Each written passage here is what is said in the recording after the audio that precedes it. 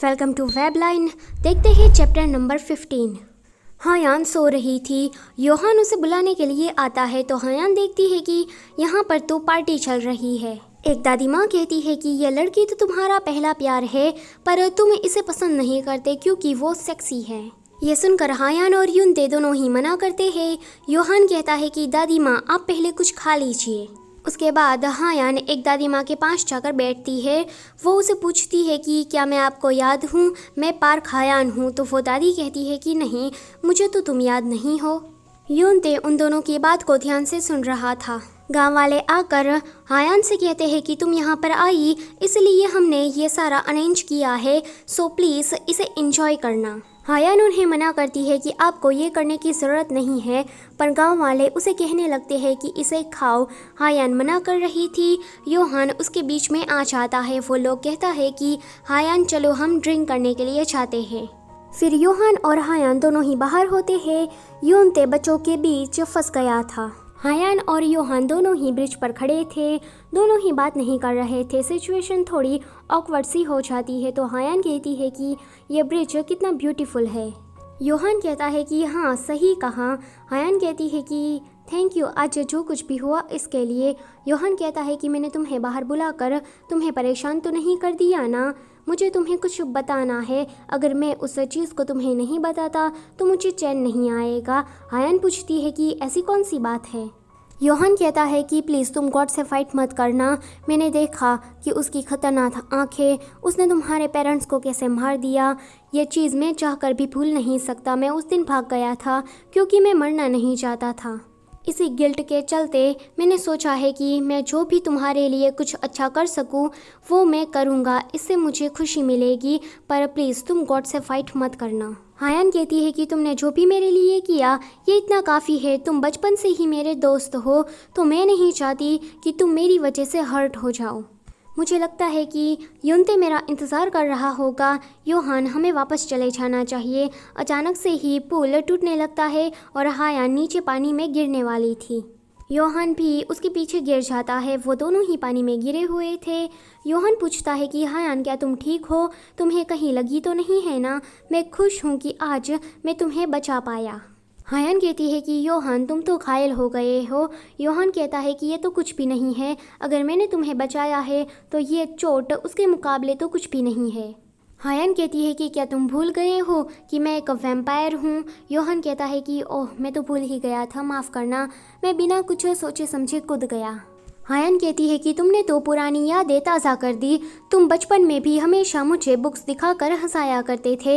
योहान कहता है कि तुम मुझे पहले की ही तरह बुलाओ ना, यानी कि योहान ओप्पा कह के बुलाओ। हायान कहती है कि मैं याद करने की कोशिश कर रही हूँ कि बचपन में क्या हुआ था। योहान कहता है कि क्या ये तुम्हारे लिए काफ़ी मुश्किल है।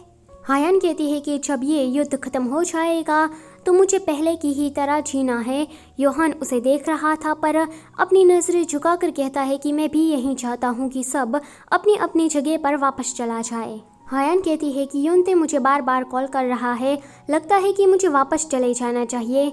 योहान पूछता है कि तुम दोनों का रिश्ता आखिर में है क्या। हायान कहती है कि हम तो बस कोवर्कर्स हैं, पर जब भी मैं युनते के बारे में सोचती हूँ तो योहान उसे रोक देता है। वो कहता है कि लगता है कि तुम कुछ और ही सोच रही हो, क्या मैं वो पूछ सकता हूँ। हायान कहती है कि ये वैसा नहीं है, मैं तो बस किसी बात को लेकर परेशान हूँ।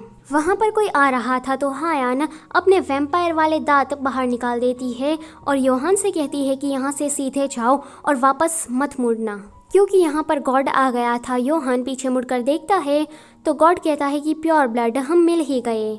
हायान योहान को साइड में हटाकर कहती है कि योहान जल्दी से यहाँ से जाओ। योहान कहता है कि नहीं हायान, मैं ऐसे कैसे जा सकता हूँ।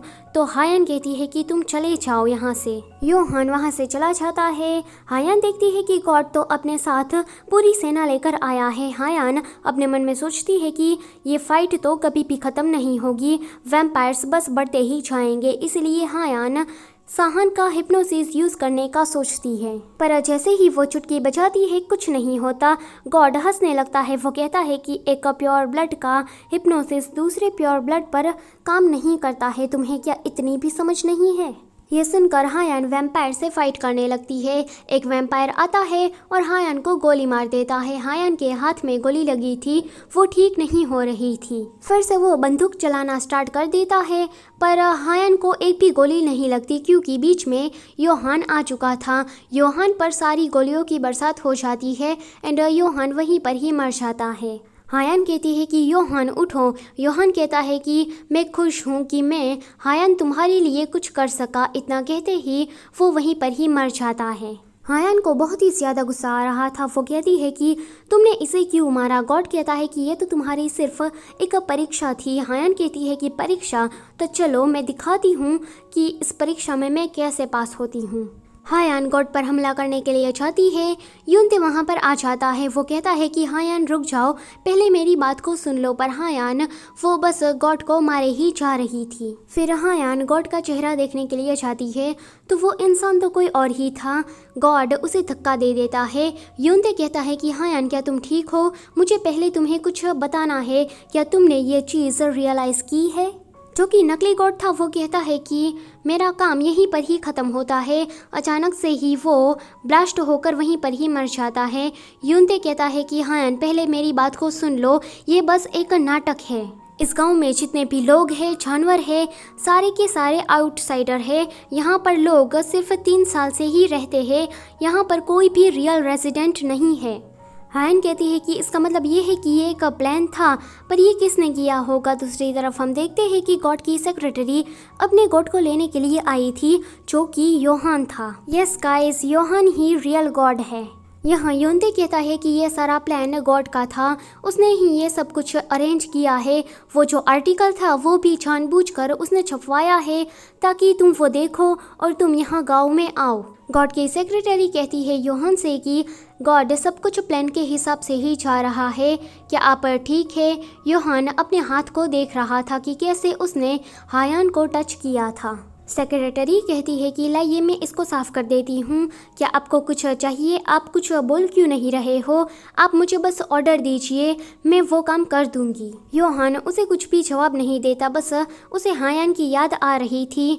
हायान यहाँ पर कहती है कि योहान ने मेरे साथ ऐसा क्यों किया होगा। हायान को बचपन वाला योहान याद आता है कि वो तो कितना काइंड था, उसने मेरी एक फ्रेंड की कमी को पूरा किया था, वो हमेशा ही मुझे हंसाया करता था, उसने मेरे लिए इतना कुछ किया, पर फिर ये अचानक से ही ऐसा कैसे हो गया। यूनते कहता है कि हायान अब उठ भी जाओ, पर हायान को तो योहान की ही याद आ रही थी। यहाँ पर योहान अपनी सेक्रेटरी से कहता है कि तुम कुछ भी मत करना, हायान अपने आप में ही परफेक्ट है, उसे अपनी पुरानी यादें जल्द ही याद आ जाएगी। हायान के दिल में दर्द होना स्टार्ट हो जाता है, उसको पुरानी बातें याद आ रही थी।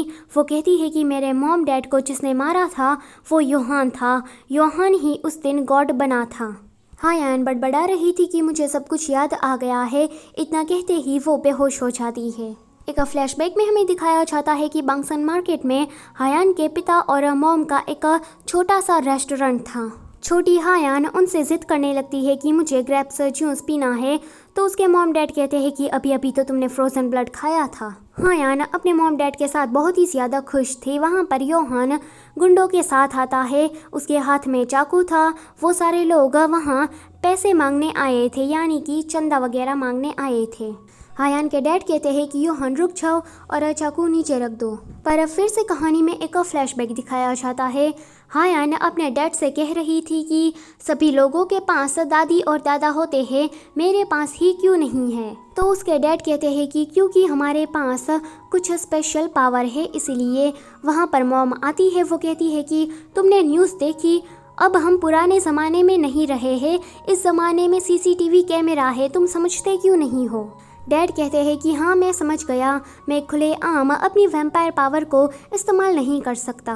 ये लोग अपना रेस्टोरेंट चला रहे थे, वहाँ पर योहान आता है उसके रेस्टोरेंट में खाने के लिए। हायान योहान के साथ चोरी चुपके बात कर रही थी क्योंकि मॉम डैड ने इंसानों से बात करने को मना किया था। पर एक दिन हायान के मॉम डैड को पता लगता है कि योहान देर रात तक काम करता है, पार्ट टाइम जॉब करता है, पर फिर भी वो इतना गरीब क्यों है। योहान बचपन से ही बहुत ही ज़्यादा मेहनत करता है। वहाँ पर गुंडे आ जाते हैं। उसके बाद हायान ने योहान को कुछ दिनों के लिए नहीं देखा था क्योंकि योहान उसके रेस्टोरेंट में नहीं आता था। हायान को उसकी काफ़ी फिक्र हो रही थी। वहाँ पर गुंडे फिर से चंदा मांगने के लिए आते हैं तो हायान के डैड उसे बात करने के लिए चाहते हैं, पर वो गुंडे हायान के डैड को मारने लगते हैं। हायान के डैड भी मार खा लेते हैं क्योंकि वो सबके सामने अपनी वैम्पायर पावर को यूज़ तो नहीं कर सकते ना। पर एक दिन वो सारे गुंडे योहान को लाते हैं। योहान चाकू दिखाकर कहता है कि पैसे लाओ, यानी कि योहान भी उन गुंडों से मिला हुआ था। योहान से कुछ नहीं हो रहा था तो वो गुंडा योहान को मारता है कि तुम तो अपनी माँ जैसे निकले। वो सारे गुंडे योहान और उसकी माँ को रोज़ ही अब्यूज़ किया करते थे। वो गुंडा कहता है कि तुम्हारे डैड नहीं हैं, इसलिए मैं तो तुम्हारी मदद कर रहा था, पर देखो तो तुम तो मेरे कुछ काम की ही नहीं हो। हायान के डैड आते हैं और गुंडे को रोकते हैं कि तुम यहाँ तमाशा खड़ा नहीं कर सकते। गुंडा हायान के डैड को मारता है तो हायान की माँ आ जाती है। वो कहती है कि हायान योहान को लेकर अंदर जाओ। हायान के डैड कहते हैं कि वाओ, मेरी वाइफ तो कितनी अमेजिंग है। उसके बाद ये दोनों ही मिलकर उन गुंडों की पिटाई करने लगते हैं। योहान ने देख लिया था कि ये लोग तो वैम्पायर है। उसी रात हायान के मॉम डैड उस जगह को छोड़कर किसी दूसरी जगह पर जाने वाले थे।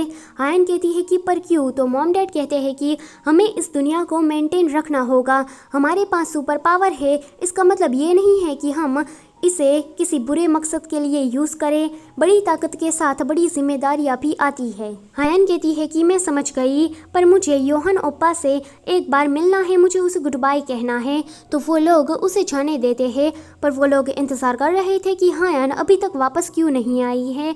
पर जब हायान वापस आती है तो वो घायल थी, उसके शरीर में पूरा खून लगा हुआ था और वो योहान का ही नाम लिए जा रही थी। वीडियो होती है यहीं पर ही ख़त्म। आज का चैप्टर आपको कैसा लगा प्लीज़ मुझे कमेंट में ज़रूर बताना। ऑल्सो वीडियो अगर अच्छी लगी हो तो उसे लाइक कर देना और चैनल पर पहली बार आए हो तो उसे सब्सक्राइब कर देना। Thank you for watching.